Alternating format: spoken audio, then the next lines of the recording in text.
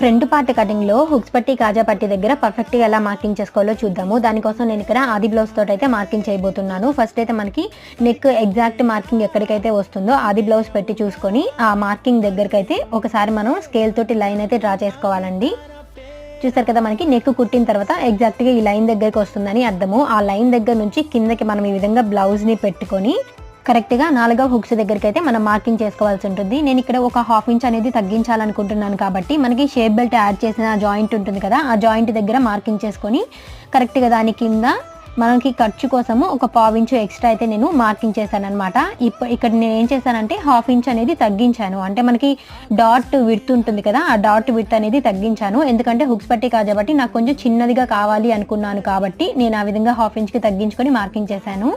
ఈ side joint దగ్గర మనకి పర్ఫెక్ట్ గా రావడం కోసం బ్లౌజ్ ని ఈ విధంగా పెట్టుకొని మార్కింగ్ చేసుకోవాలండి. ఈ వీడియో కానీ మీకు నచ్చితే లైక్ చేయండి. Don't forget to subscribe.